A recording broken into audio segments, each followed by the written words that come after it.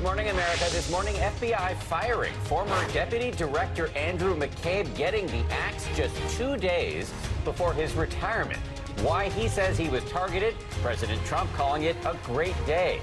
This as the president publicly joins the Stormy Daniels court battle for the first time. Why he's now seeking $20 million in damages against the adult film actress. Collapse investigation. New details about that deadly pedestrian bridge accident in Florida. An engineer's voicemail just 2 days before it came crashing down. Some cracking that's been observed on the north end of the span. The new questions this morning as we learn more about the victims. Terrifying ride. Look at this, a ski lift gone haywire. Skiers tossed around like rag dolls, going airborne and landing hard. Almost a dozen people injured here. The chaos all caught on camera. And monumental March Madness upset. UMBC makes history in Charlotte. The Cinderella story of the year as number 16 UMBC beats number 1 overall seed Virginia. The Retrievers' historic win and the locker room celebration as they set their sights on their next opponent. Live from ABC News in New York, this is Good Morning America.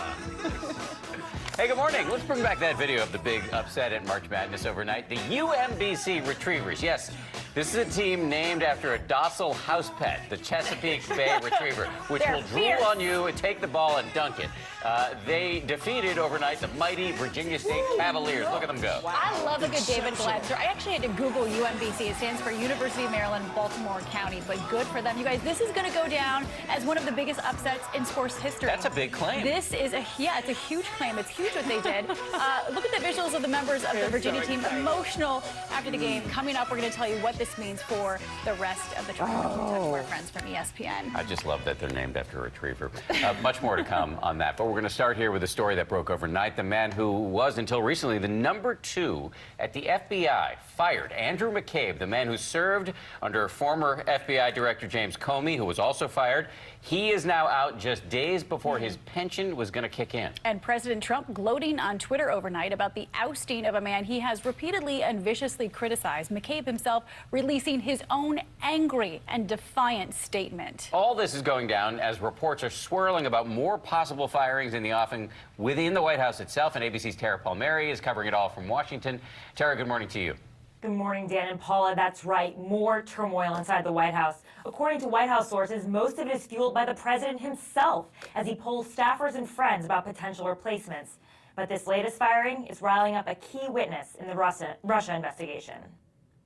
Overnight, Deputy FBI Director Andrew McCabe fired just 2 days before his retirement.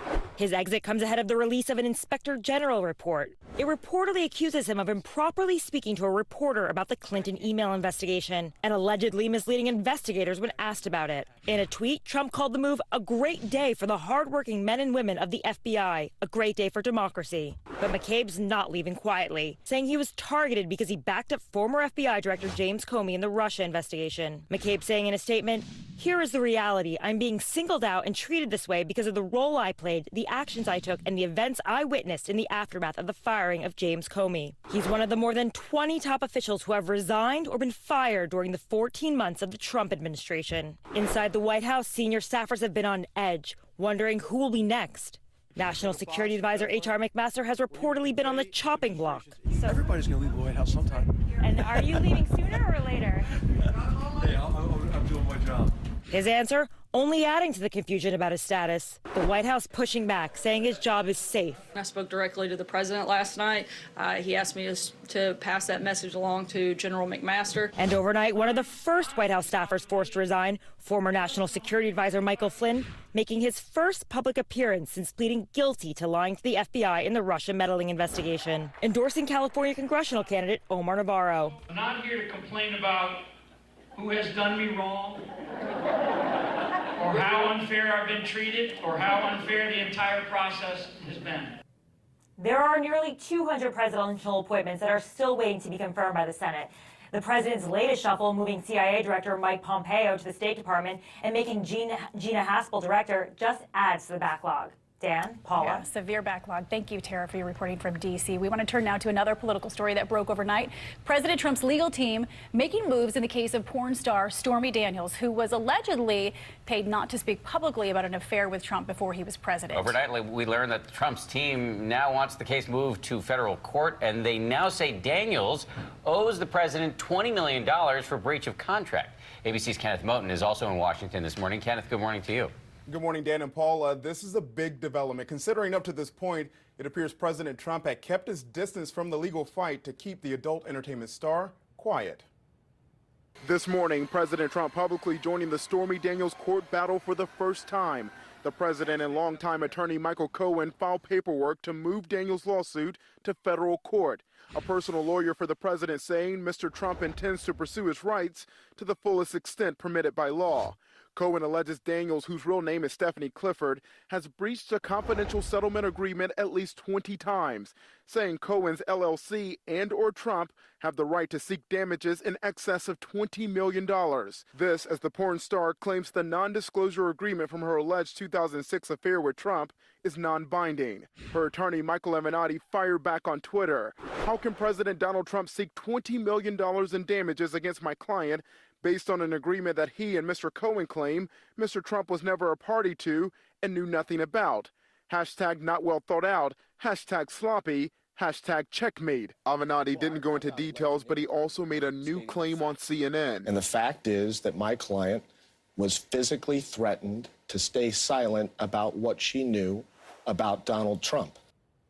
The president has also retained high-profile Beverly Hills attorney Charles Harder to take on Stormy Daniels. The lawyer recently and successfully represented First Lady Melania Trump in a libel case in Maryland. Dan and Paula. Kenneth, thank you. Joining us now from Wimberley, Texas, ABC News chief political analyst Matthew Dowd. Matthew, good morning to you. Thanks for being with us on a Saturday. Let's start with Stormy Daniels. I just wonder, with these new moves by the president's legal team, aren't they kind of ensuring that this case stays in the news?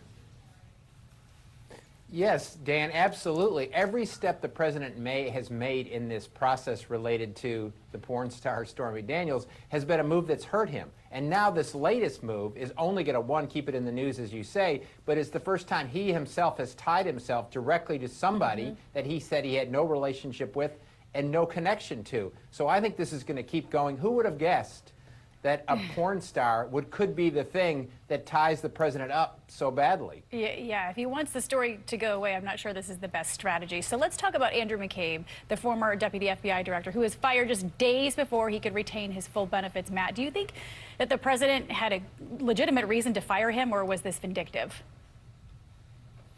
Well, we'll know about the first. I think definitely on the second, the possession arrow points to vindictiveness. This is in the same week. He fired Andrew McCabe after Andrew McCabe left his office on the last day. He gets fired after he leaves the office on his last day, and as was reported, he may not get his pension in the course of this. On the first part, I think many facts have to come to fruition on this, and I'm sure it's going to be argued at some point in court or in some point in a legal document. So we'll learn that. But the bizarre thing is, he got fired because he released information that hurt Hillary Clinton. That's really at the foundation of the firing. It doesn't make a lot of sense to me, but vindictiveness seems to be at the core, because keep in mind, the Secretary of State was fired by a tweet this week. We're seeing a lot of firings these days, and there are reports that there could be more changes to come. Perhaps the National Security Advisor is out. Some people in the president's camp describe this as him growing into his job. He's got more confidence. Other people are calling this chaos and unprecedented turmoil. What's your view? Well, I take the president for the words he said long ago, that he hires the best people. And a year ago, he was saying that this is the best cabinet ever assembled. And now they're saying he doesn't have a cabinet that is in line with him, and he doesn't have a cabinet that he has confidence in. So something of this can't be true in this. I think it's typical chaos. The president himself has admitted he likes chaos. He likes to do this kind of thing. I think we're going to see this unfold over the next 3 years of his presidency. The first year, it's just been exactly like his campaign and exactly like his business that he ran. I think this is how President Trump leads, and this is how President Trump runs an office. I think we're going to expect more of this probably this coming week. Yeah, and Buckle up. How he thrives. All right, Matt Dowd joining us from Texas. Happy St. Patrick's Day, by the way, to you, Happy St. Pat's Day. Aaron go bra.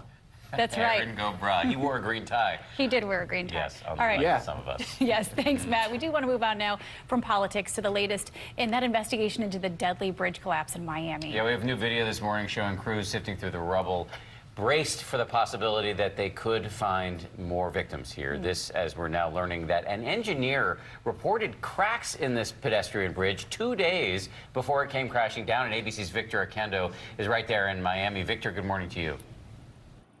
Good morning, Dan and Paula. That bridge engineer alerting state authorities about those cracks, but FIU responded overnight, saying that they met with the contractors and the Department of Transportation, and they determined that those cracks weren't necessarily a safety concern. Right now, investigators say it's simply too early to determine what went wrong. I was calling to share with you some information about the FIU pedestrian bridge. This morning, a stunning revelation.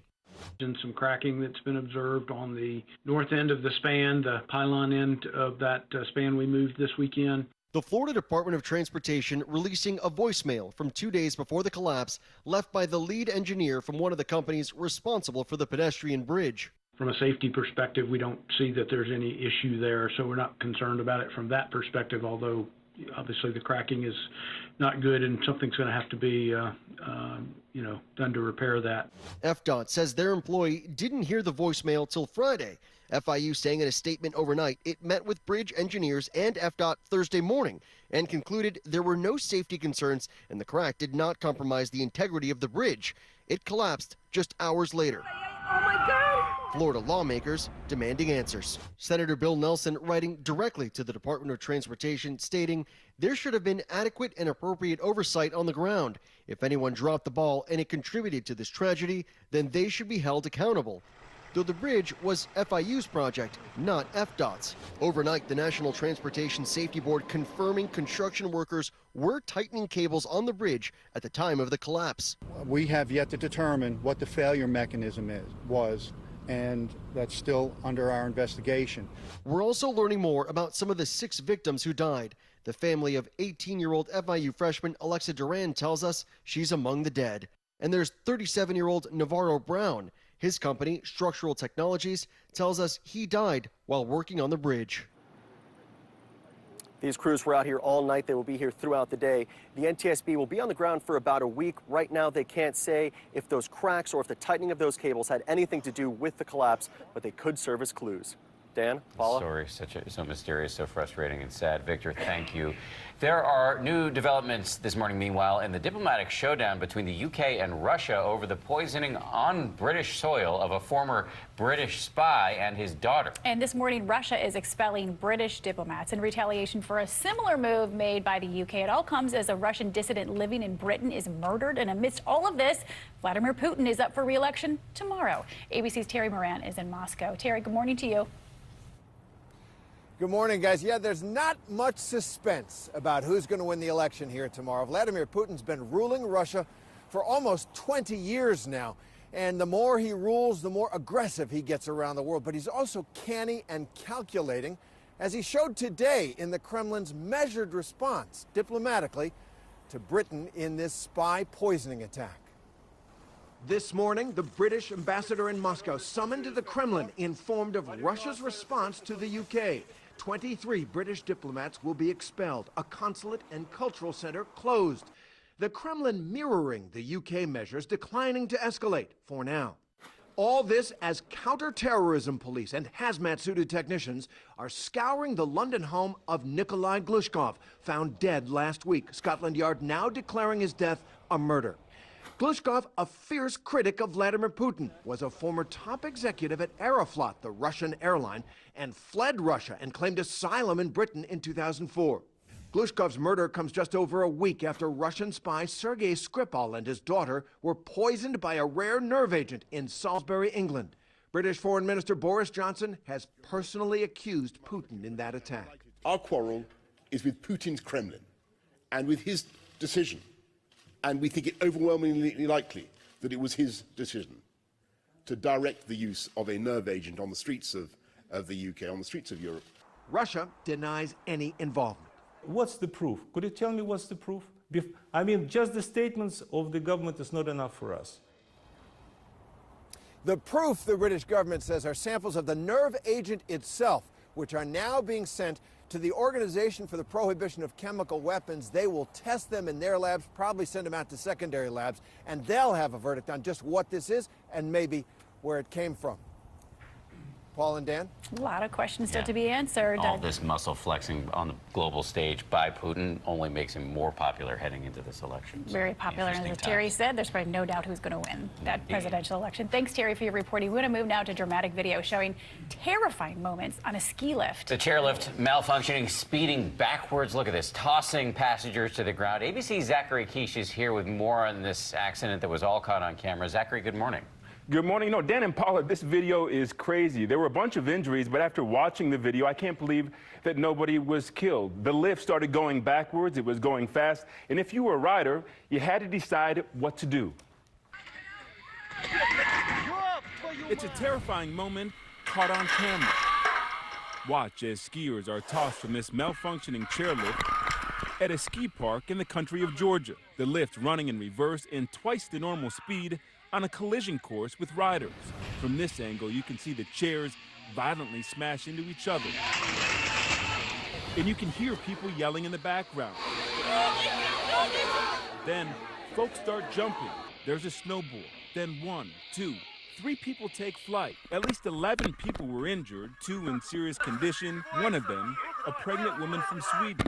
This isn't the first chairlift scare we've seen recently. A chair malfunction at this ski resort in Pennsylvania in December injured 5 and left dozens stranded. And just this month, a 5-year-old girl dangled from a ski lift in California while her ski instructor held her up by her hoodie. The crowd assembling below trying to catch her with a tarp. Miraculously, the girl only suffered bruising from the accident.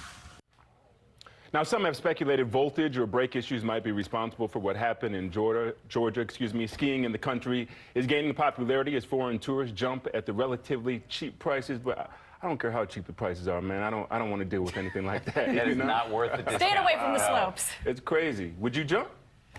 Yes. Yeah. I wouldn't go to begin with, so I don't think I would put myself in that I'd ski situation. in Vermont instead. It's a wild ride. Zachary, thank you very Thanks, much. Zachary. Really appreciate it. Let's check the weather. Speaking of being outdoors, Sam Champion in for Rob Marciano yet again this weekend, as we're very pleased by. What's going on, Sam? We've got a lot of slippery road surfaces this morning. Good morning, everyone. Good Saturday morning to you. Let's get started with what's going on right now. So from Iowa, look at that area of low pressure. From Iowa into northern Illinois, Indiana, Ohio, Kentucky, even West Virginia. Slippery road surfaces. This could be 1/10 of an inch of accumulating ice in some places. There are actually 2 storms on the board, and one, the one we just showed you, is going to exit the coastline later on today, and that won't be that big of a problem. It's Storm 2, the one that's just dropped the snow in the California mountains, will drop it in the Rocky. That becomes maybe the 4th nor'easter. So here's what it does definitely. As we look into this, it'll probably kick some strong to severe storms as we watch that first low move through. This will be the second low that comes in probably on Sunday from Waco into Dallas, and we'll take you through those lows. There are 2 models. One variation brings snow on the I-95 corridor from Washington, D.C. all the way to Maine. The other one keeps that storm just too far off. So we'll give you all the details later on this morning. That's the weather around the nation. Here's what you can expect this morning.